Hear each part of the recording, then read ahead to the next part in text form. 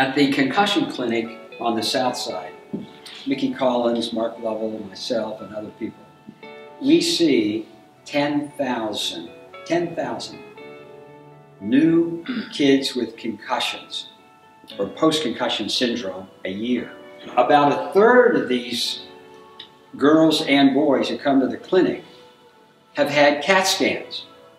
Do you know how many positive CAT scans that I've seen in the last 5 years? 0.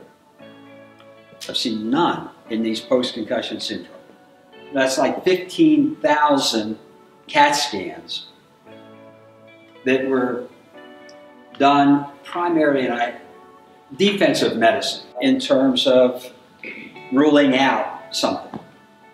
So this device, in the same at the professional level, when I have an athlete at an NFL game that has a concussion, we're always concerned that they don't develop a problem later and they don't have an intracranial hemorrhage or hematoma.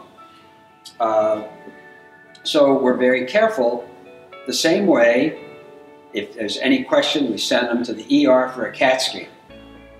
Well, with this device, I've been able to use this whenever I've had any questions of a possible problem.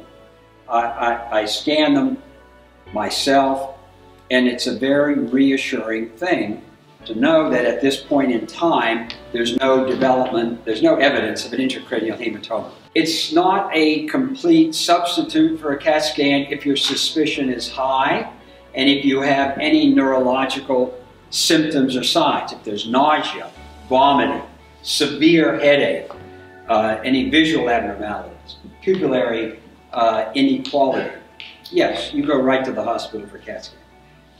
But it's very unusual to have that happen. And you can have subtle, you don't have to be hit by a PAT bus to develop an intracranial hematoma. And you can have subtle findings. And to be able to use this repetitively without any radiation is a very positive thing.